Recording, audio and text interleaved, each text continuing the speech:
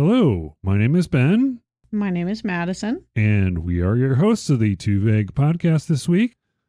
One word, two hosts, trivia, stories, and video games. That's what you're signing up for. So get ready, strap in. I don't know where I'm going with that. Get ready to rumble. Let's get ready to rumble. Madison is here, and the word she wants to talk about is the word Childhood. But before we do that, how are you doing? I'm doing great. Yeah? Been a good day. It's been a good day? Yeah.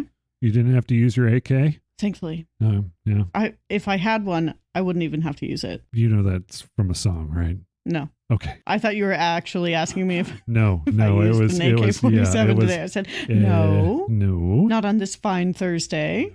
I have to say it was a good day. That's part of the... Didn't even have to use my AK. Oh, okay. Anyway. I'm sorry I missed the reference. I apologize. No worries. That's going to happen a lot on this show. Okay. I'm going to, in fact, back in high school and into my post-high school years, they used to call me Stretch, but not because I was tall and lanky. I was about to say. It was because of my obscure references. Okay. That's why they called me Stretch.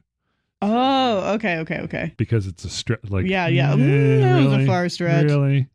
You are passionate about the word childhood. Is that correct? Or is that something that just you think of a lot? Or I don't know if passionate is the right word. I don't know if I think about it all the time.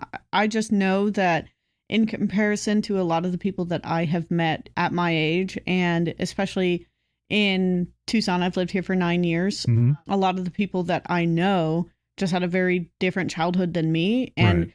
What I've come to terms with is that I had a different childhood than most. I'm the youngest of four. Both of my parents are still married. They still live in my childhood home. My parents are retired teachers. So I had parents in a stable relationship who stayed together with stable income. Yeah. And that in itself is atypical for a lot of people. You know, like I have friends who say like, oh, my parents like tried this job or this career, or they were going through school, or they went through a divorce or anything like that. And that's just not something that I went through when I was a kid. So, and it's so hard. I don't want to say like my childhood was better or my childhood was easier, because I wouldn't necessarily say it was easier, but it was definitely just, I can recognize that I had a more stable childhood than a lot of people did. Like as far as the family structure, it was I had that there. Like that quote unquote traditional family life. Right. I'm the youngest of four. My oldest sibling is 5 years older than me, so we were tight knit. And I grew up in a really small town. So kind of like all of these combinations, it's just very unique. Right. When I went to high school, my first day of high school, and you do the roll call and whatever, almost every single teacher said, "Oh, are you the last one? Good." like in a nice joking way, but they're like, "Are you the last?" And I said, "Yes, I am." And they said, "Hallelujah." Thank goodness. But it was just really unique because in the town that I grew up in a small mountain town in Southern California called Big Bear. Oh, Big Bear. Yeah. Born and raised Big Bear. That's where there's got skiing out there. Yeah. There's 2 ski resorts and a lake, and it's on a mountaintop. And again, I had a atypical childhood because I grew up in a very beautiful place, a very safe place. Mm-hmm. You know, like my parents don't have a house key. They've never locked their house. Right. I have to remind them when they come to visit me to lock their doors on their cars, like every time. I'm like, please, like I know you have faith and trust in people, but this is a city. And growing up, trusting people around you is just very different. You know, obviously it's different because I'm living in a city right now. Right. That was a big change for me to acknowledge when I was growing up. Okay. And moving out. I moved out of Big Bear when I was 18. I lived in LA for a year. That's culture shock right there. It was. Oh my goodness. But it was really fun. Like I enjoyed it. I'm one of those people that like looks forward to culture shock. Like I want to be uncomfortable. Yeah. And again, atypical. Right. You kind of want to push yourself to like expand your boundaries. Exactly. You know? Give yourself the opportunity to be like, whoa, this is not normal. Right. But it's exciting. Yeah. Going on trips by yourself is the big thing that I do. Yeah. And people like going, why are you doing that? Why do you do that? Aren't you lonely? Aren't you scared? It's like, absolutely not. I too love to travel by myself. Yeah. I actually look forward to traveling by myself. Because we can do whatever we want. One of my favorite things about traveling by myself, I don't have to care about anybody but me. If I'm tired, I'm going to sleep. If I'm hungry, I'm going to go eat. I don't have to debate or discuss with other people on what they want to do or what they feel like doing, or, oh, I'm not feeling it. It's like, well, I'm feeling it, so I want to go. Right. You know what I mean? You don't have that like interruption on your personal travel plans, which I've always appreciated as an independent traveler. And I always like the exploring the city and finding things. And some people don't like to. That spontaneity is something that I usually do when I look, walk around a neighborhood or walk around a place and find a restaurant that's a hole in the wall and just like go there. Absolutely. And not everyone does that. Yeah. Or wants to. When I travel, I want to walk around. Yeah. Like that is on my itinerary of things to do. It's like, I just want to look. I just want to see. I want to see like the different architecture. I want to see, and I know it sounds really weird, but like, I want to take note to like how much graffiti you have or how much garbage you have on the street. Yeah. Like the general attitude or the general vibe of just where I am at this very moment. Because yes, I am an outsider, but I feel comfortable here. Like I'm comfortable enough to be by myself, which is super fun. So when I travel by myself, I make a point to kind of fart around. Yeah. Just let's go look over here and let's go look over there and let's go see what this little thing does. And yep. One question I wanted to ask you specifically about your childhood. You mentioned your parents were both teachers. Yes. Did they teach in the same? I mean, you lived in a small town, so I'm guessing that you went to the school that they were teaching at, right? Yes. So my mother was my kindergarten and my second grade teacher. Okay. My mom actually taught me how to read, which is pretty cool. Like my mom taught me the basic things in school, which is super fun. My dad commuted. Okay. He worked off the mountain in a place called Rialto, California. And he worked there for the majority of my childhood. There was a small period where he worked in Big Bear at the middle school. My mom was a young elementary school and my dad was middle school teachers. So there was a period where my dad taught at the local middle school. I never had the opportunity to have my dad as a teacher, but I just wasn't at that age yet. Right. I had siblings who had my dad as a teacher and I had siblings who had my mom as a teacher, and I had my mom. I got to have my mom twice. Right. I think two of my sisters had my dad. Okay. Does that make sense? Yeah, You know what I mean? So I think one sister had both, which is pretty cool. So you're all girls? No, I have two sisters and a brother. Okay. Yeah. Four children. Four total. So I technically grew up with three older sisters. My second sibling is trans. So, okay.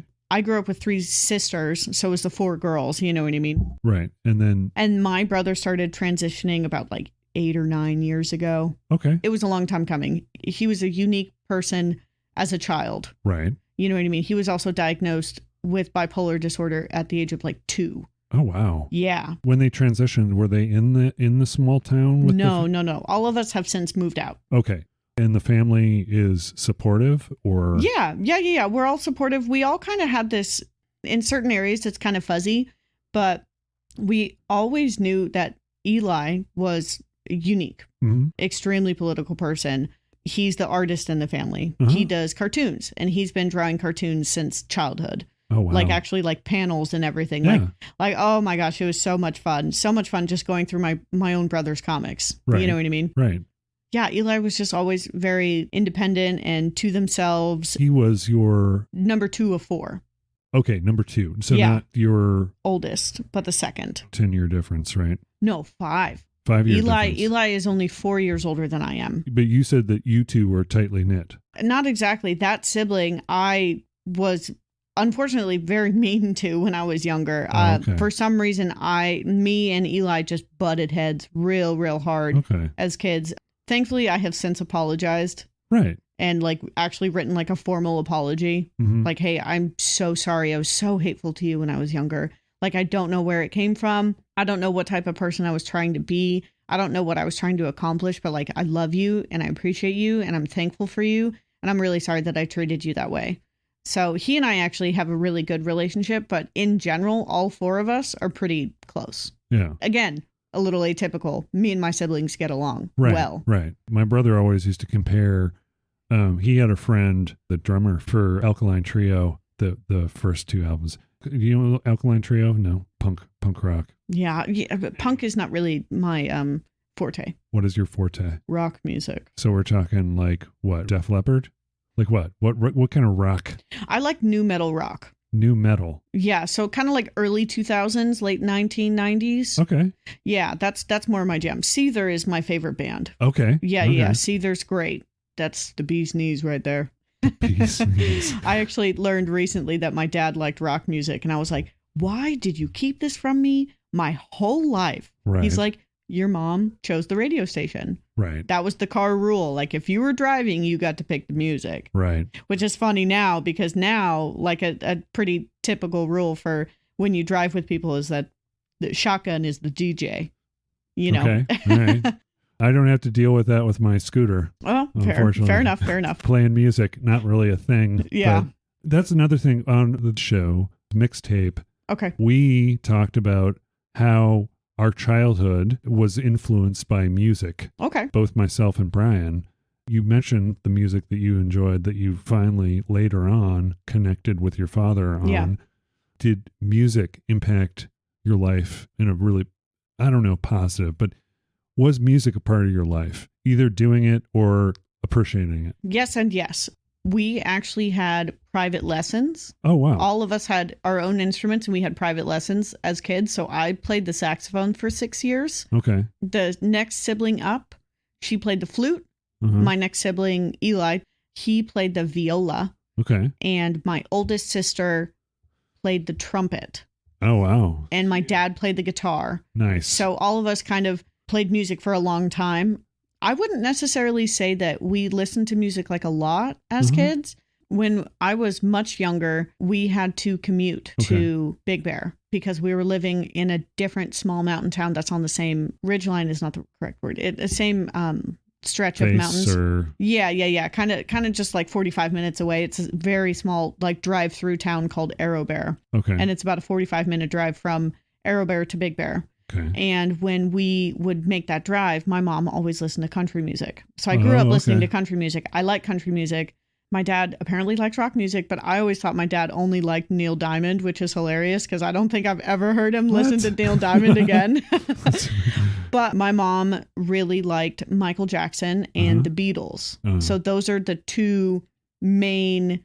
Well, forgive me, the three main like categories of music that I listened to all the time when I was younger. Like I cannot identify most country songs, right? But I can kind of sing along to them, which is great. But I'm still a big fan of Michael Jackson and I'm a large fan of the Beatles. Okay. Yeah. Okay.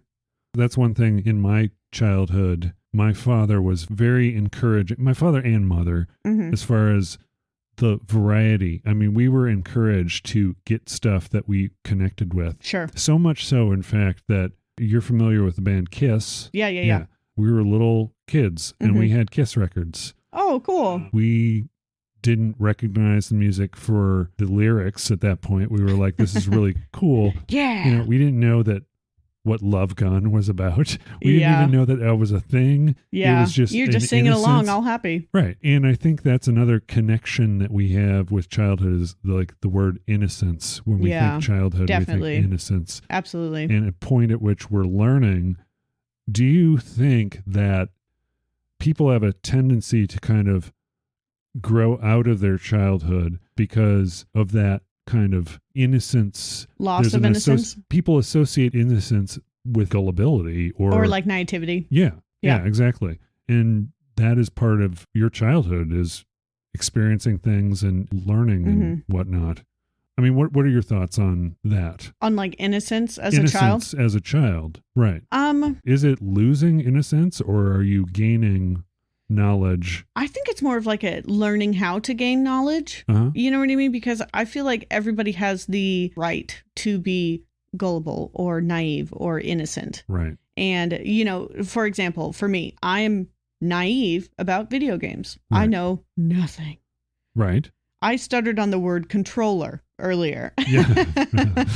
You know what I mean? Yeah. So I think everybody has the right to be naive about things. But as far as childhood goes, I think children should have more space and more patience given to them when they're gaining more knowledge. Right. There's a lot of things that I had to learn kind of the hard way when I moved out. I lived in LA for a year. And then after that year, before I turned 20, I moved to Tucson, and I've been here for 9 years. Okay.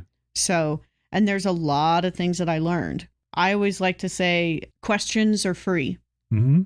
I have every right to not know something. Right. Like if it's different if you don't retain the information, but hey, I don't know about this thing. Can you throw me a bone? Can you teach me how to do this? Can you show me how to do this? Can you explain how to do this? Right. So I think as a child, because my parents are teachers, they were very patient and understanding with the learning curve of you have to experience it for yourself, but you need to be patient with your inner child and learning how to break down some of the things that you did to protect yourself back then. I think guidance is Right. more what you're trying to provide as a parent, and not like strict sort of right. Like regimented. My parents were super strict, but I'm actually very thankful for the ways that they were strict. But creatively, my parents let us do anything. I always like to talk about my childhood bedroom with my friends. I was actually able to do literally whatever the hell I wanted to my bedroom. I wrote on the wall in Sharpie, in marker. I taped up pictures. I taped up posters. I used to, do you know that 5 gum with the foil wrapper? It's like a bright color foil. Oh, the brand 5 gum. I don't recall the brand 5 gum, but okay. But for this example, just think of a pack of gum where the individual slices are wrapped in like the bright shiny foil. Right. I used to collect those from my friends, peel off the foil and adhere it to the wall as a little mosaic. Nice. And it was a nightmare to take off. Yeah. But I got to do it. I got to do whatever the heck I wanted to my bedroom. Right. And my mom had no problem. I could put holes in it. Not like hole by all means, but like I could hang up stuff. I could put push pins where whatever I wanted. Yeah. It was your space. It was my space to be creative. Yeah. I grew up in a very big house too. 3 older siblings. So I grew up in a 5-bedroom house. Oh, wow. But my sister, she had more of like a square shaped room. Yeah. Mm-hmm. Half of the walls were painted as a checkerboard. Okay. The other half was a white wall, and her best friend painted their hands and high-fived all over the white. So in all these colors. So like just pure chaos and then checkerboard. Right. And again, we could do whatever we wanted. Yeah, it was really fun. Yeah. So it was really cool. My parents definitely gave us that creative freedom to do what the heck we wanted. That's awesome. Yeah, That's awesome. It was super fun. We were a little less forgiving, yes. Yeah, with the room designs. But, right, exactly. But at the same time, I mean, we were encouraged to be creative in other ways. Right. But the room... Mm-hmm. It was cool. They were kind of strict about the room. Exactly. See, that's where I'm like, what do you mean your parents didn't let you write on the wall in Right. Sharpie? Like, I see no problem with that. Yeah, the thing is like, oh, my child's writing on the walls. It's like, well, yeah, you can wash it, you can paint it. It's okay. Like it'll come off. It's not the end of the world. Right. So my parents were definitely like, yeah, whatever. You got to clean it. You got to keep your room clean. Yeah, but right. But it's your space. Yeah. That's really cool. That's really cool. It was really cool. We just got right into it. Let me just really quickly. Sure. The word childhood. Very easy word. Pretty much the Old English childhood is not dissimilar from the full English. They're pretty much the same as far as the way a word transitioned from one to the other. It's childhood. I mean, there probably wasn't anything else other than. Gotcha. Like the actual normal root word was childhood. It hasn't changed over. It hasn't changed since it was originally created. I guess in Old English, let me look. It doesn't really give me a starting point, which is abnormal. From the root child, which that has a whole bunch of different. Wow, that's really weird. In Old English and Middle English, it's got a whole bunch of different roots for the way you called it child, but childhood itself is pretty much what it's been since the dawn of time. Exactly. When I think of childhood, I think of creativity naturally. Okay. I have specific things as far as my own childhood and my first childhood thought. The very first thing So you like your oldest memory. Exactly. Okay. Oldest memory. Sure. And what is that? And that is the birth of my brother. I remember going to the neighbor's house. I remember going there and they had a lot of really cool toys, like little slot race cars, like little Hot Wheels tracks and stuff. Yeah, I know what you're talking about. And also, this is the piece de resistance. Oh.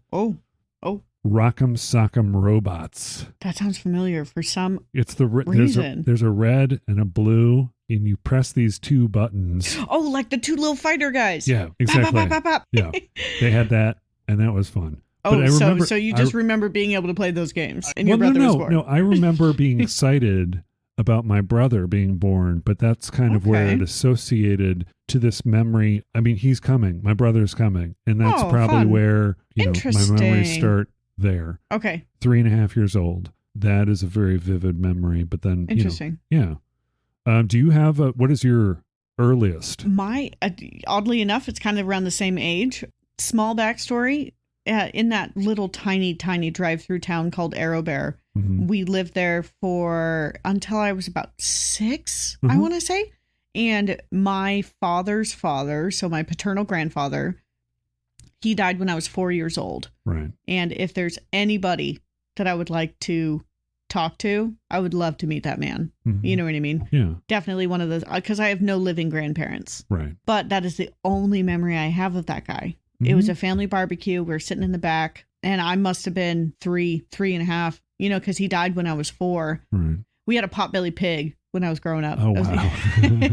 And his name was Stanley. Stanley, yes. The potbelly pig. Yes, he had free reign of the house and the yard. Oh, wow. Yeah, yes, exactly.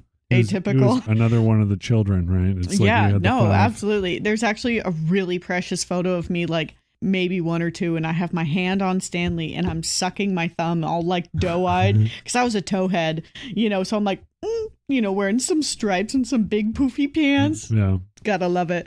But my earliest memory was we had this barbecue or some sort of family gathering at my parents' house in Arrowbear, and we were in the backyard, and I just remember walking up to my grandfather and he was sitting in a rocking chair. And that's it. I just remember just being there. And doing that. That is the only memory I have of him. Yeah. But again, he died when I was 4 years old. So there's not really a whole lot of memory from that long ago, which is really unfortunate. The first memory is always really interesting as far as how you carry that forward too. I mean, that's, or how you interpret it. Right. I'm thankful that I had that one memory though. Yeah. Because that's the one actual tie that I have. Yeah. I don't remember what age it was at, but I do remember meeting my great-grandmother. Wow. And there are 2 things that I remember. One was having to go up the stairs, and another which is one of those steam, like the radiator, like a heater. Those 2 things, but I don't remember what we said or anything like that. Or what you were doing, or just those 2 items. Just those 2 items. Whereas the brother memory was kind of like a little bit more vivid. Yeah, because it was just, I was so excited that I was going to have a brother. Right. And see, that's cool. Yeah. That's very cool. Childhood memories. Does childhood end at 18? No. Okay. Absolutely not. Explain. You know what? Do you want my answer first? Yeah, please. No. Please. I want to hear your answer because that's my answer. No. Oh. I did not hear you clearly. Ka-chow. Well, how about this? You tell me why you think your answer is no. It's a growth thing. It's a learning thing. Absolutely. It's you're taking pieces of it with you and experiencing things. That's how you learn, is approaching it as someone who doesn't know anything. And a thirst for knowledge is what I associate with childhood, gaining knowledge. Okay. So, I mean, by that association, you always are, if you're always learning, you have a piece of that childhood with you. One thing to kind of tack onto that is play. Yeah. Letting your inner child play. Mm-hmm. One thing that I have learned at my age now, I'm 28, we're birthday twins. Right. I'm about to turn 29. Boom. I get such like a deep happiness from letting my inner child play. But the key is finding how to play with your inner child. Right. I'm an active hiker. I go on a weekly hike with my girlfriend, Tina. And one thing I learned is through those hikes, hiking allows my inner child to explore. Mm-hmm. Because I'm going someplace I've never been and it's new and exciting and it's fun. And, oh, look at this over there and look at that cool rock, or do you see that frog, or X, Y, and Z. You know what I mean? So the exploration part of hiking, that is letting my inner child have fun. Yeah. But the biggest, most notable thing that I have learned about myself at my age is throwing rocks into water. Oh. God, I love it. I feel like a kid. I actually giggle. Like I actually giggle like a little girl. And it doesn't have to be big rocks. I mean, it can, because that's fun. Yeah. Wow. Look at that big splash. But like a handful of little pebbles and just listening to the rocks at the water. Yeah. Like that is just, it's so much fun. So I don't think childhood ends at 18. If anything, that's when you think it's supposed to end. So that's when you're like, oh, I should be growing up by now. Yeah. And it's like, I'm no. an adult. I'm a quote unquote, I'm an adult. It's like, absolutely not. I honestly don't think that I felt like an actual adult until I turned 26. Yeah. 25, 26, I swear. And like, I feel like I grew up kind of fast. Yeah. Like I've done a lot for myself. Rather, I did a lot for myself at a young age, youngish age. Like my early 20s, absolute garbage, but I was still a child. Right. So when people say like, oh, you're 18, you're an adult now, I beg to differ. Right. You know, because I think that more accurately, you're entering adulthood, or you should be, or you should be going that direction. Right. But I don't think a 19-year-old constitutes as an adult. I genuinely don't. Yeah. I'm sorry. Yes, you can vote. Yes, you can be in the military, but you are a child. You are young. You can't rent a car. You can't rent a car, for Pete's sake. Exactly. You know, like my early 20s, I was definitely still working out a lot of the stuff in my childhood. And I'm still figuring out like different childhood traumas that I'm trying to unfold and undo and work through. But that's kind of the point of growing up a little bit. Right. You know, like I'm still allowing point of life. Yeah, I'm still allowing myself to be a kid every now and then though. Oh, yeah. Every week on Sunday with Tina. Yeah. I get to go and have a good time and be a little kid because there's no judgment. Do you skip rocks? Have you ever skipped You know, rocks? I'm not very good at it, but I do my darndest. Yeah. I do my darndest. But just honestly, just literally just picking up a rock, throwing it into water, listening to it splash. Yeah, just watching the water. It's just so fun for me. You kind of take me back to, I do have a childhood memory of my father and mother taking me to this place, Indiana Dunes. They have these sand dunes. Okay. We would go to the Red Lantern Inn. Cool. Which eventually just disappeared because it got all dilapidated and bummer. Did the sand dunes just eat it alive? It just kind of really. Oh, yeah. that was. I was like, making a joke. Yeah, but not like eat it per se. It eroded naturally. Oh, like wow. You know. Okay. So that's too bad. Yeah, but eventually my father and his wife actually built a house there. So obviously he had a connection with it too. Sure. That's when Nora dropped the fact that my father was artistic. He also created a... Yeah, she said something about like building. Yeah. Was he an engineer? No, he was a master in business. Interesting. Yeah. Okay.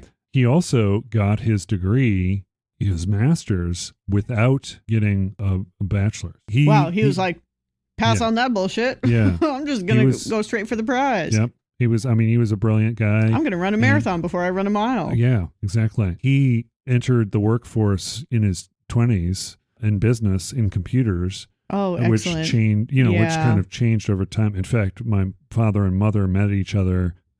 My mother, she went to key punch school because usually what you would do to program a computer is you use these little punch card things that you would feed into. So you needed people to create those punch cards so you could feed them in. Okay. Yeah. So they met at school or at a job? They met at the job where my father started his business career and my mother was working there because she moved out from a small town in Pennsylvania, but then she moved to the big city.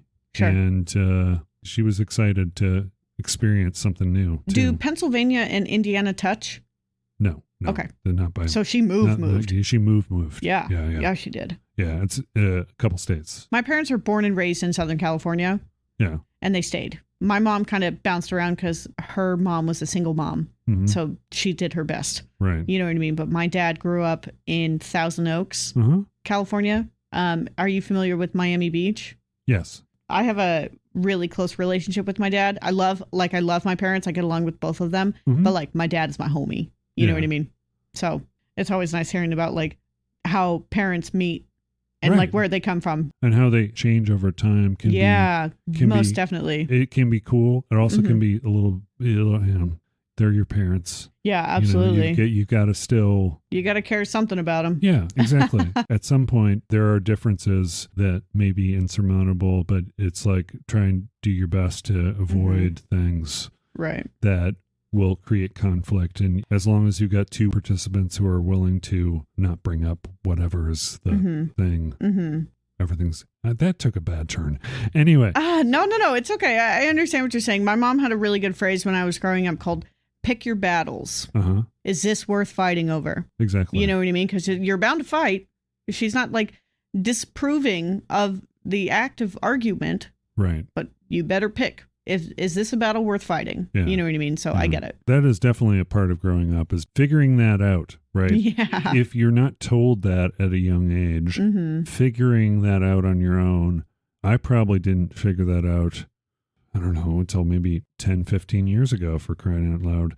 Like in my 30s. I mean, it was just kind of like, this is me, this is who I am. Okay. I don't care what you think, and I will fight what I want to fight. Yeah, and I will do this.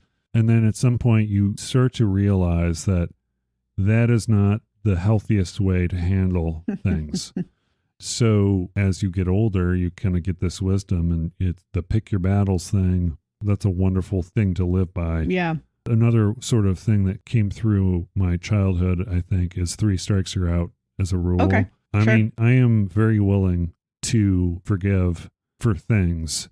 Okay. But at a certain point, you have to prove to me that you want to contribute to this relationship or something. Yeah. So at some point, you've got to draw the line, and 3 seems like a good number. It's arbitrary. It's arbitrary. No. I mean, that's interesting that you say 3 is just an arbitrary number, but it is one of those things. My sister lost her husband 3 years ago on the 25th. So today's the 27th. So 2 days ago. 3 years ago, my brother-in-law died suddenly. And I called her just to talk to her, see how she's doing. You know, I've definitely connected with that sister a lot more over the past 3 years, obviously, as you can imagine. You know, they need a lot more support. And I said, you know, just how are you today? How are things? You know, and she's like, I've always had this weird association with the number 3. You start working on something for 3 days, you're more likely to keep that habit. Right. You're likely to see progress on a workout after 3 weeks. And she's like, 3 years? This is my life. Like, this is it. This is how it's going to go. You know, this is the way it's going right now. And something big has to change.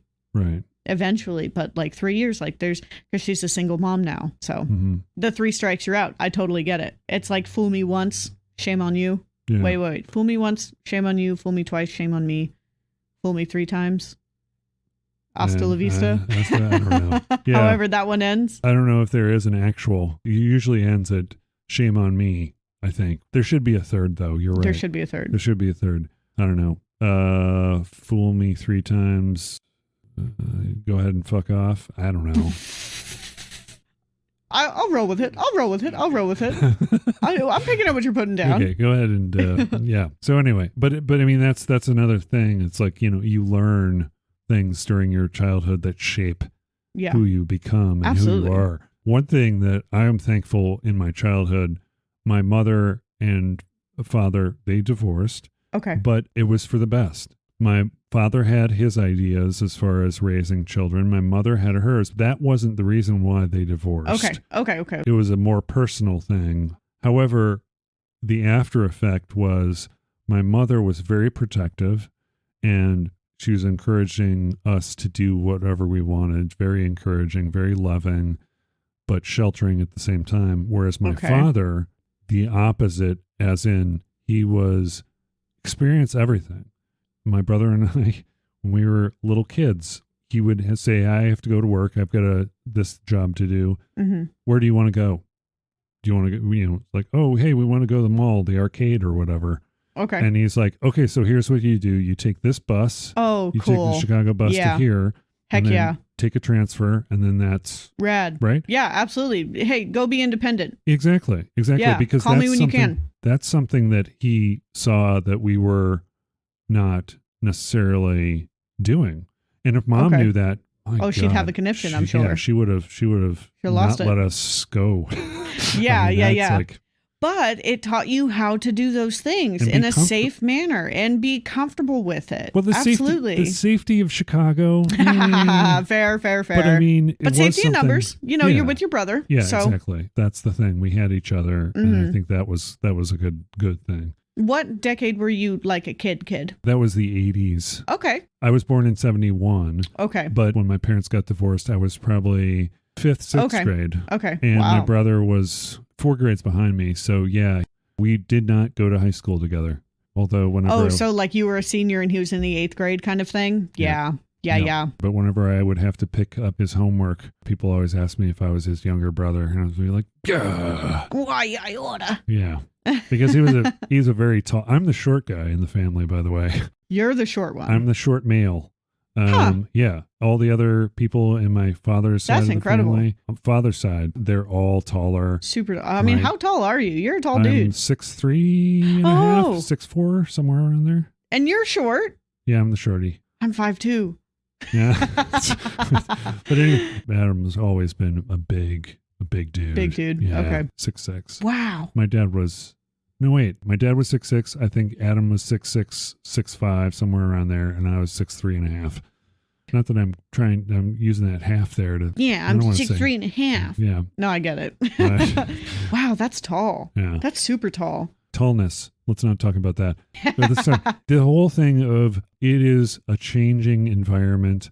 I think the benefits of sheltering your child, you can do that, but you're not going to be able to protect your child from everything, right? So 100%. Why not? Yeah. You establish some rules. They have to live by those rules in general, but then there are also things where you just let them do what they want, enjoy their childhood. Yeah. Because at some point, whether by their own doing or otherwise, they're going to lose pieces of it or have other things that they have to focus on. Right. That aren't just being a child. Just being a kid. Being playful. That's another thing, too. It's like, when's my second childhood going to happen? Probably when I retire. Yeah, honestly, I'm sure it will. I'm sure it will. My parents are both retired. My mom taught for 32 years and my dad taught for like 28, something like that. And my dad in his retirement has had so much fun. Yeah. So much fun. My dad is the adventure man. Okay. He hikes, he backpacks, he goes rock climbing with me, all the things. Yeah. He wants to do it all. Like my dad's a water bug. He loves to go swimming. So he's actually coming out this weekend to visit and we're going to go on hikes so we can go swimming. Oh, sweet. He's like, I want to see the cactus blooms. I'm like, now's the time to do it, And sneeze. Yeah. But I definitely agree. I feel like there's different phases in your life where childhood or your inner child can resurface. And it's so good to nurture it. Yeah. And it's just so much fun. How dare you have fun doing those arcade games? Have you been to Cobra? I went there once. My friend took me there. Okay. I'm a big pinball guy. Yeah, Cobra has pinballs upstairs. Well, here's the thing. I am very particular about my pinball. Oh, I would have never guessed.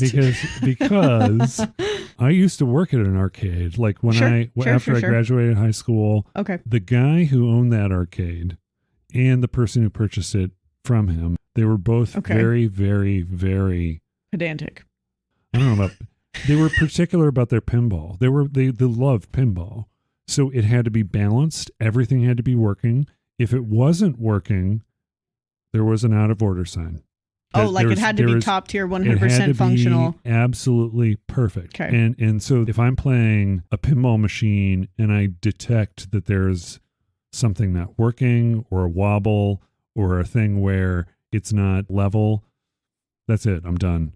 And so, I'm walking out of here. Yeah. So it's like, pinball has to be very, very well protected, well balanced for me to love it. Okay. So maybe not an arcade bar. Not an arcade bar. No. Yeah. Probably not your jam. No. Well, I mean, you say you don't know anything about games, but you went to the Cobra Arcade. Yeah. And I struggle. What do you mean struggle? I'm not very good at games. We didn't have, that is one like major difference between me and most of the people that I know, is that we didn't have any games. Right. There was no console. There was no handheld. There was no... All the games you had were actual manual. The games I had were my 3 older siblings. That was it. Like, okay. So like we have, played sports. Not board games or anything? Yeah, we played board games and like card games every now and then. But like it was literally, I was in extracurricular activities. I played sports. I had a musical instrument that I was interested in. You know what I mean? So there's different like sources of entertainment that I had as a child aside from games. And it was just something that I never got into ever. I've had boyfriends and plenty of friends who play video games. They're like, oh, I want to play this video game with you. I'm like, I'll watch. Right. That's it. Right. Like and it's not to be insulting or try to cut anybody short. It's literally just, I have just no interest. Okay. I have no interest. I had the only video game I remember playing as a child on more than 3 occasions was at my grandmother's house, and it was called Monkey Ball. And yeah, that's I know Monkey Ball. That's it. That was the only game we played. But my parents were really strict. That was one thing that my parents were really strict about that I'm grateful for it, but it's also kind of strange because my parents were super strict about my screen time as a kid. I'm the youngest of 4, and we didn't have cable in the house until I was a senior in high school. Oh, wow. So we only had DVDs and VHS, but we weren't allowed to watch TV on a school night. So literally only 2 days a week was I allowed to watch a movie at night. Yeah. And then if it was daytime, I was outside. Yeah. So whenever I go out and there's a TV, I just start staring. I'll stop complete sentences because I'm just looking at an infomercial or something silly, you know? Right. But yeah, just no interest in video games. When I lived alone for the first time for 3.5 years, I didn't have a TV, and I live alone again and I don't have a TV, and I'm thankful for it. But like I could go to friends' houses and watch TV, like that wasn't an issue. But if it was at home, not allowed. And that's something that changed for us around the divorce. Oh, I'm sure. Yeah, I mean, you have to entertain somehow, no? Things got more lenient for us. Yeah, well, I mean, there's 2 different households now that you have to take 2 different sets of rules into account. And no matter what they say, and you have no idea about this, they're fighting for who's the best parent kind of thing. Absolutely. On some level, could only they absolutely imagine. have to be like, I'm the better cooler at this parent. and I'm the this. cooler, right. I pack better lunches. Yeah. That must see, and like I could not imagine that as a part of my childhood. Yeah. Like like your parents basically arguing over pick me. I couldn't. Wow. That would just be so hard. I think we were naive to the point where it was like we didn't care. We just had a cool friend dad who we would go do cool shit with on the weekends. Yep.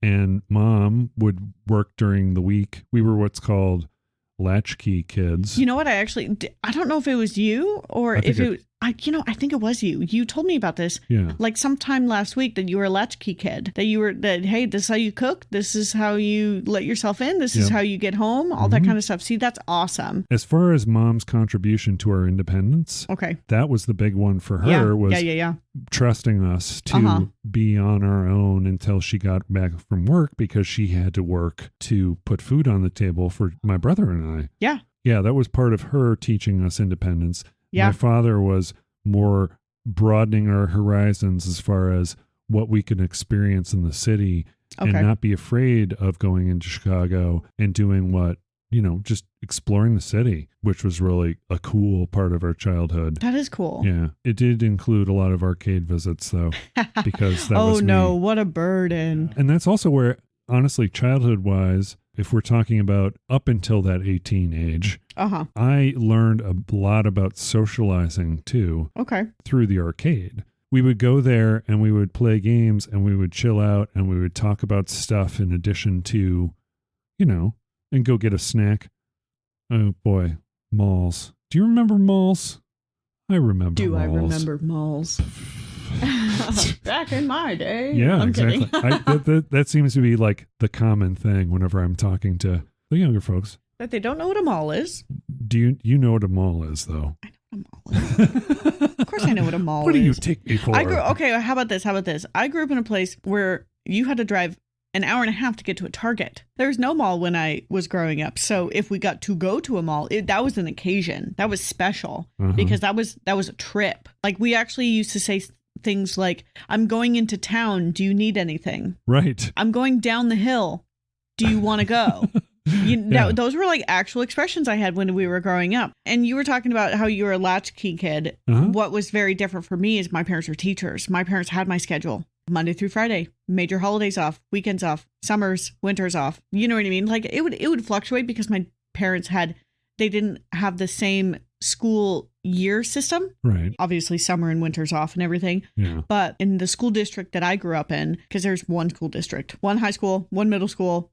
At the time, there were 3 elementary schools and one school district. That was it. Okay. We were on something called year-round school, where we had a month off in the winter, a month off in the summer, and then I think it was like every 11 weeks we had a 2-week break, something like that, which was really cool. You know what I mean? Yeah. So our summers were really abbreviated. Like I graduated high school on the 12th of June.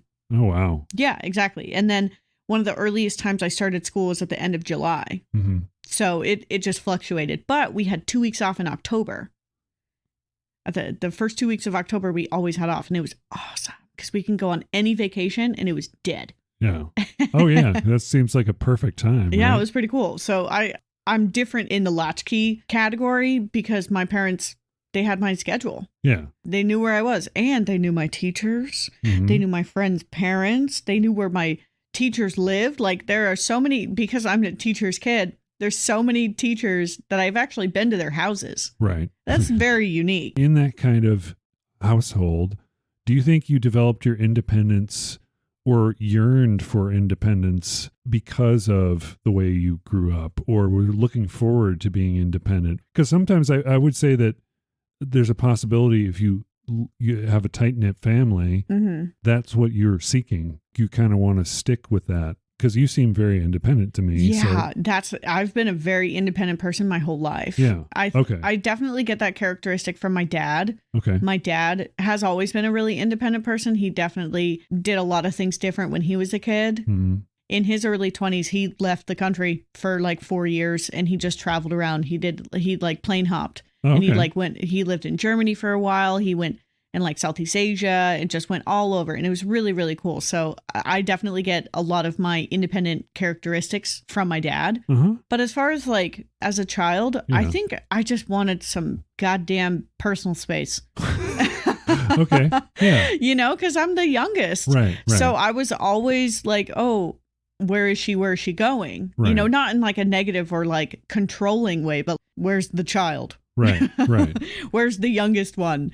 But yeah, I don't know. I don't know. Thinking about that question now, I don't really know. I'm not. Yeah. I've always been a really independent person. That's the kind of thing you give off as you're the independent. Vibe. You know what you want. You know how to get it. You're just going to do it. But my parents were very encouraging in that manner. Like, if you want it, then figure it out. Where like the questions are free. I was never reprimanded for asking questions when I was a kid. Oh, yeah. Yeah. So like, hey, can I do this? How do I do this? Can you show me how to do this? And I don't know. I feel like a lot of the independence came from the work ethic that was like respectfully beaten into us as children. Right. Because we worked a lot at the home when we were kids. We poured cement. Right. We built fences. We dug trenches. We put in some serious work when I was a kid. But I'm very thankful for it because my work ethic, I don't want to sound rude, is a lot higher than a majority of the people that I personally know. Right. And the people that I've worked with. My work ethic is very high. And I can 100% attribute that to the way that I was raised. Yeah. And I'm thankful for it. I had 2 jobs in high school. I had no business having 2 jobs in high school, but I did. Yeah. I got my first job when I was 13. 13 turned in 14. I got my first. That was about the same time because I had a paper route. Oh, that's awesome. Yeah. I had a couple of paper routes actually. Independent though. You were able to go out and do that. You were trusted with a bicycle to go around town and do that thing. And what was that not early in the morning? No. Yeah, it was very early. We would get our papers and we would have to rubber band them or put them in bags depending on whether it was raining or snowing. Yeah, or yeah. I whatever. remember dropping off the yellow pages, the phone books. I was in Girl Scouts for like 11 years. Oh. And that was one of the things that we did a couple of times. Yeah. Not only that, but you would have to collect. So that taught a little bit of independence too. You had to collect. You had to collect the money for dropping off the paper, no? Exactly. During the mornings, you would, do all your papers. And then when it was like a certain week, you would go there and say, hey, this is how much you owe this for is how the much papers. you owe for the papers. Oh. And that's it. You learned how to ask for money. Yeah, exactly. And you know what? I think that is such a good thing. I was, like I said earlier, I was a Girl Scout for 11 years. Yeah. And so I learned how to socialize with strangers at a very young age. Yeah. It's funny because people are like, what did you learn in the Girl Scouts? It's like, I learned a lot of social skills in Girl Scouts. I learned a lot of community service and just like ins and outs of people. And I can build a fire like nobody's business. Fun random fact. Yeah. I don't even need flint. Anyway. I think that's an undervalued characteristic that a lot of people are afraid of or timid of practicing is asking people for money. Yeah. Learning how to speak up. Learning how to speak up and ask. Yeah. That is definitely something that I'm appreciative of learning at a young age is asking. Yeah. Because questions are free. We can go a number of different directions we can't go with. Okay. What do you want to talk about as far as video games? Do you have any questions about video games? What? I don't. You talk about video games, how it was so entwined in your childhood. Yeah. What you enjoyed about it, what you dislike about video games, the transition of how games were when you were a kid versus now. Like, do you think that playing video games as an adult, remember that inner child? Do you think you get to play with little Ben? Yeah. Like you're sitting here with him and you're like, wow, look at me go. Like, tell me about that. Kind of. And there's always been a stigma with video games, even back in the arcade game days. Sure. Where it's a waste of time or there's nothing good that comes of it. Or it's too violent. It's too violent. X, Y, and Z. Exactly. I think that I just enjoyed it because it was, I don't know, it was fun. God forbid you have fun. I enjoyed going to the arcades when I was younger. It was a big part of my upbringing and my childhood and my high school years. Yeah, definitely. Beyond high school years, I never thought of it as something where I was letting my inner child play. I just thought of it as something I enjoyed doing. It was a hobby. Yeah, it was fun. Yeah. There are some things that I think maybe I learned from, like problem solving and stuff. Like no. Most definitely. But nowadays it's kind of gone from something where I do it as a fun activity just for playing the game and the game mechanics to being told a story and doing a playable sort of story. That's now. So you've kind of transitioned into more storytelling games. Story oriented. Yeah. I don't know the correct terminology, but I do understand what you're talking about. Narrative. Yeah. Games that have interesting narratives, fun narratives. Okay. Also, blown off steam is another big thing that I think helps. Kind of calms you down, kind of like decompresses your day. Gosh, I need to play for just like 20, 30 minutes. I do play daily when I get home. It's counter to everything that all science says about video games and screens in general, which is the fact that it has a tendency to make your brain continue to run. So therefore it impacts your sleep. It impacts it negatively. It just lets me just have fun. Yeah. End of the night after doing just work.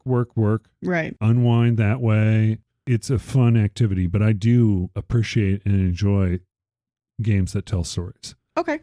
Have you ever been like a puzzle game? Like, do you ever like to play like physical games, or has it always primarily been like a game with a screen or like a controller? I did like games, like board games. Like board games, okay. I never got into that make your own board game sort of people. Yeah. I remember when that was like a trend almost. Yeah. And it's amazing. I go to a show that's called PAX.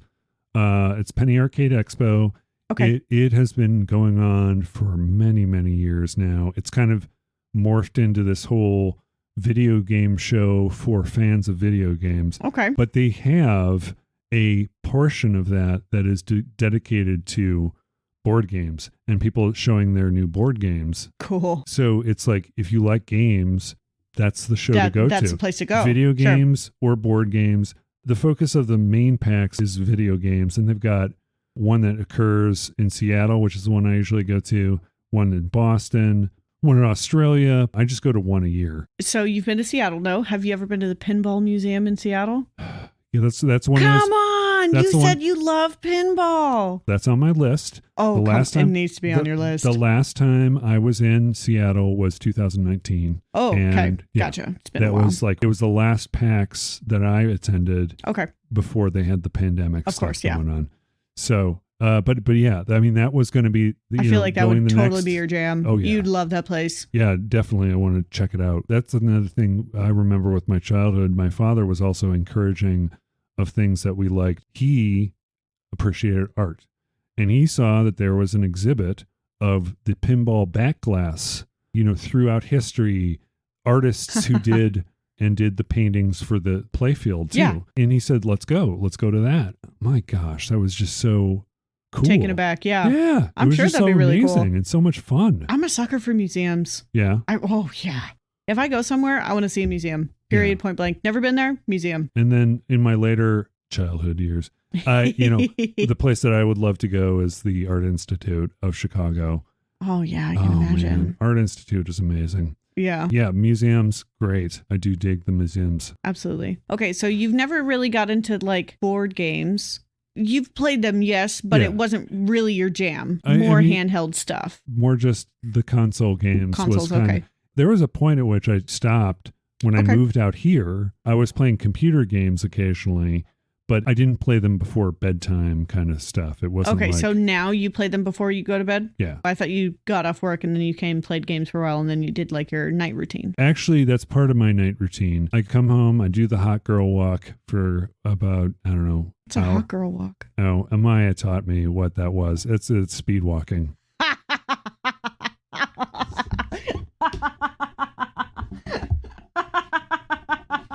So that would make... Forgive me, that was funny. In that instance, I would be the hot girl. Oh, that's fabulous. Yeah. No, I'm actually a big supporter of going on walks. I need that for the end of the night. Dare I say, some of my best first dates have been walking dates. Oh, yeah? Yeah, absolutely. Go for a walk with me. I don't want to sit. I don't want to eat in front of you. I can eat in front of anybody. I can share a drink with any old chump. Yeah, and then you get to get a feel for the people. Yeah. And you accomplish something at the same time. Multitasking. And if the connection isn't there... And then we can just turn around and go home. Right. You get off work, you decompress, hot girl walk, video games, bed. Right. Gotcha. The hot girl walk is part of my decompression because it allows me to think. And de-stress and just kind of walk it out. Yep. I hear you. And instead of smoking before I go on my hot girl walk, I eat an apple. There you go. That's a compromise. Because smoking before a walk sounds stupid. Feels counterproductive. It feels hypocritical. A little hypocritical. Yeah. There. But it is what it is. I get it. I realized that I never told you about the hallway. Oh, yeah. Tell me about the hallway. And then we'll do that to close out the show. The play hallway. Yeah, the play hallway. So I lived in that really tiny drive-through town called Arrow Bear for a while, probably until I was like 6, right? And then we moved into what we all still refer to as the rental house, which was a 2-bedroom home. Oh, Lord. Yeah. So all 4 of us had to sleep in one room. There was 2 sets of bunk beds. We had a really big closet, so that was kind of a good thing. But the kids got the upstairs and my parents got the downstairs room. Right. But so there was like a den upstairs. It was really cool. And like its own little living room. And it was the only house that we lived in that had stairs.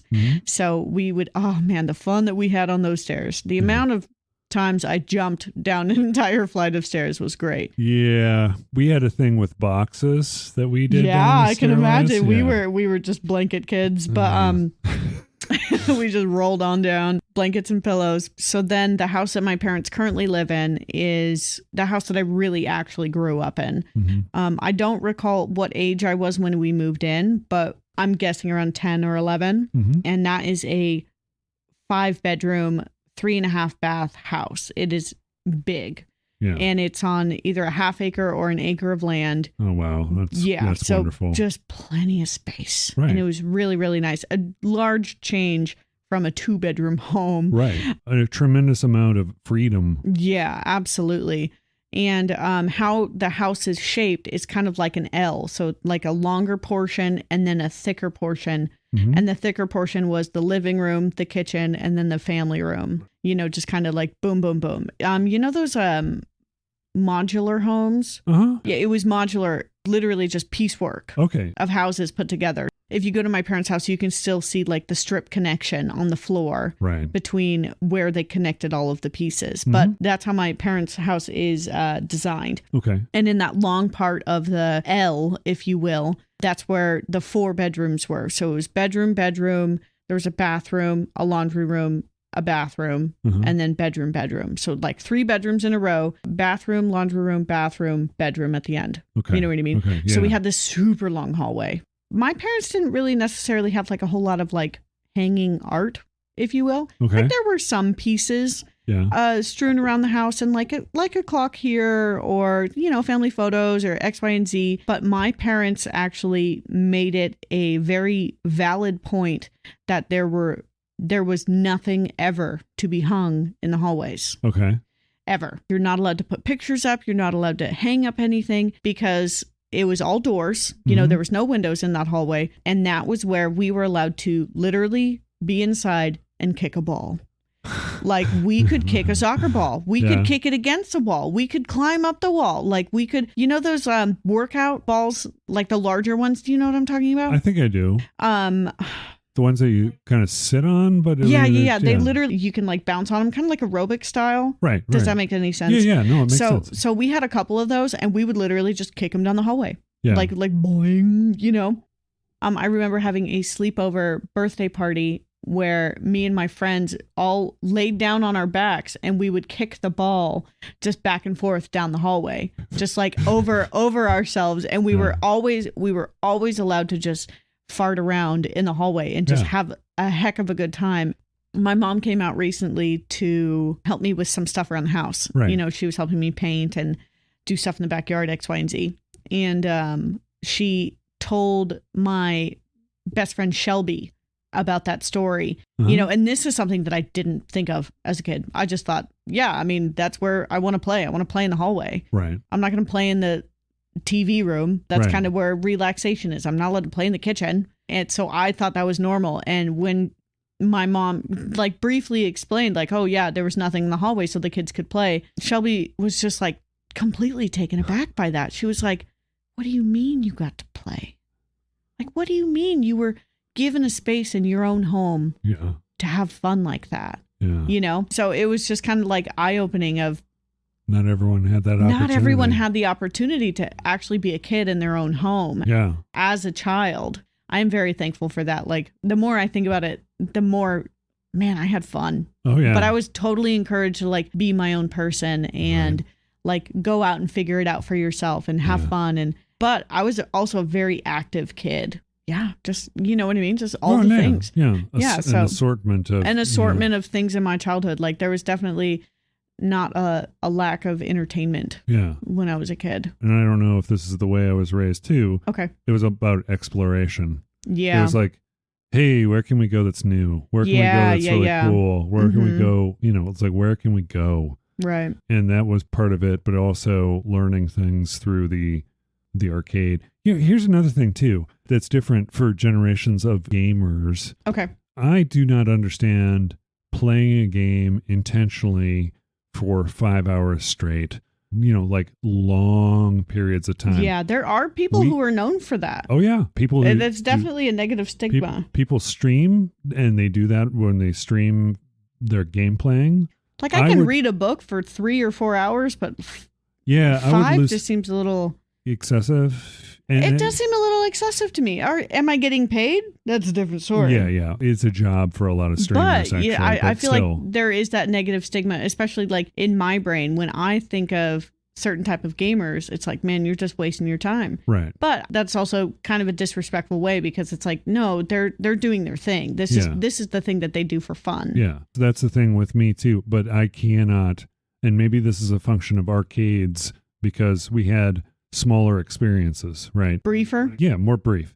The end-to-end enjoyment was small. Mm-hmm. And so anything that goes past a certain point is just too long. You know, there are games that have hundreds and hundreds and hundreds of hours of gameplay, but I have to chunk that out in little bits. I mean, I cannot play a game for more than a couple hours and not be bored. So that's kind of your limit is like about 2 hours. And that's the thing, when we got video games finally in our household, Mom was worried about us staying in the house all the time, but that's not what happened. Yeah. We would get to a certain point, we'd be done with it, and then we move on to the next thing. Right. Exactly. I know what you mean. Like, all right, I'm done. Yeah. We were never punished by taking our video games away or whatever. Okay. That's a good thing. Yeah. Yeah. Because it was like, this is the one thing, please. You know, just what we did to have fun. And so it wasn't like a punishment nor a reward. It was, this is what you like to do. This is what I like to do. Yeah. That would kind of be the equivalent of my brother getting his drawing utensils taken away. It's like, why would you do that? Yeah. This is their thing. Right. But in the case of your brother, that would be also a method by which they can express themselves. So 100%. If you take, and I would say that's less for video games. If you take those away, you take an avenue away of expression. Yeah. And so when you're doing things with drawing, that is a method by which if you're doing that, you're expressing yourself, you're getting something out. He's always been a very expressive person. And that's never happened. Let me be clear. They never took it away. I was just saying as an example, in relation to like my family, like it would be like if your parents took away video games from you, it would be like my parents taking away the drawing utensils from my brother, because it's like, it's counterproductive. It's an example. Gotcha. Yeah. It's like something like taking the balls out of the hallway. Yeah. No, honestly, that was so much fun. Yeah.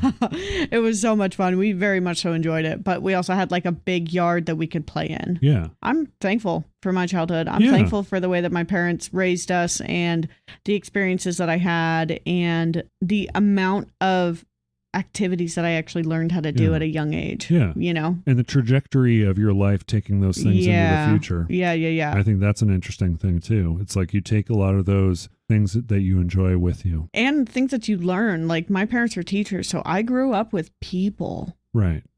I grew up seeing and experiencing and learning and hearing about all sorts of types of people and all sorts of different situations and circumstances. So it was really good for me to see diversity as a kid. Like I grew up in a really whitewashed town. Right. It was very, very white. Mm-hmm. Like there were maybe 5 black people in my entire high school. Yeah. In my entire high school. You know, so it was a very white, very, very white childhood. My neighborhood was the same. Was it? Yeah. It was a very white neighborhood. Yeah. But when we went to Dad's house, that disappeared. Flip-flopped. All races, and you know, when we go to the mall or go to the arcade or whatever. Yeah. That was your experience in seeing other types of people that were different from you, and it's being comfortable with that too. Yeah, exactly. I never really gave it a second thought, other than just it's like, people like everyone else, they love video games. We love video games. It's like, it's girls, almost like, well, I don't care. Girls, guys, whatever. Yeah, it doesn't matter. Talking about the childhood, I am thankful for my childhood. I know that you are. I could probably talk another 3-4 hours about my childhood. I don't know about you. Yeah, most definitely. We just do stories and stories and stories. It's just so fun. It's fun to compare. It's fun to like see how your childhood was similar yet drastically different. Yeah, exactly. How we kind of, that's the thing I was talking about, the trajectory of taking things that you enjoy into the future, but also how the childhood shaped us similar ways but differently, you know? Right. Independence and things like that were very similar that way. Yeah. But we had very different upbringings and very different experiences. So like your mom worked much different hours and your parents were divorced and you have jobs. Yeah, exactly. So like where I had a lot of stability, you didn't. Well, it not was that I hope that wasn't an insulting thing to say. It was just like from my perspective. Yeah. I think the stability came with the fact that we got to spend time with both parents and grandparents. Healthy. All, Yeah. That's all healthy. different people. So the stability was in the variety. Whereas for you, the stability was in the family unit. Yeah. Consistency. It's very schedule. Yep. And for me, there were things that were scheduled as far as visiting grandparents, visiting parents. Okay. Yeah. But pretty routine. And it was stable in that sense. Gotcha. Even though it wasn't a traditional stability that you think of. But I feel like mine's not very traditional anymore. The nuclear family or whatever. Yeah. Right?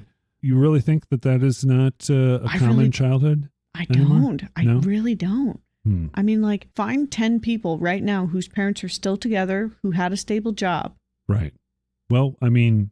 my entire childhood, my parents didn't have to worry about work. You're talking about your age group, right? You're not talking about people my parents' age group. I suppose not. Yeah, but people not your parents' age, people my parents' age. Right. Yeah. Find that. It's just because it's hard for me to find it. Yeah. It's hard for me to find it for sure. Right. You could probably find some research online, but I mean, why am I going to research that? It's different when you meet somebody in person, oh my God, your parents had normal lives. Right. And it's like compare and contrast, right? Right. We all have different experiences and that's cool. Yeah. That should not be something that's not makes cool. you, what makes you unique and interesting to yourself now. Yeah. Here we are. Our childhoods. Our collective childhoods. Honestly, I feel like this could be a multiple step. You could probably just have a whole podcast reliving your own childhoods together honestly, or whatever. I wouldn't be opposed to doing another one or two. If you want to do a series on childhood, we could. Oh, yeah. I could even come up with other questions that I can ask you about your childhood that were different from mine. Or we can come up with words that are associated with childhood and talk about those words. Yeah. I think that's a good thing because there are multiple connections that we can make with other words to our childhoods. Right. I think that's actually a good idea. Yeah. But let's focus on embracing who we were as children and who we're becoming as adults.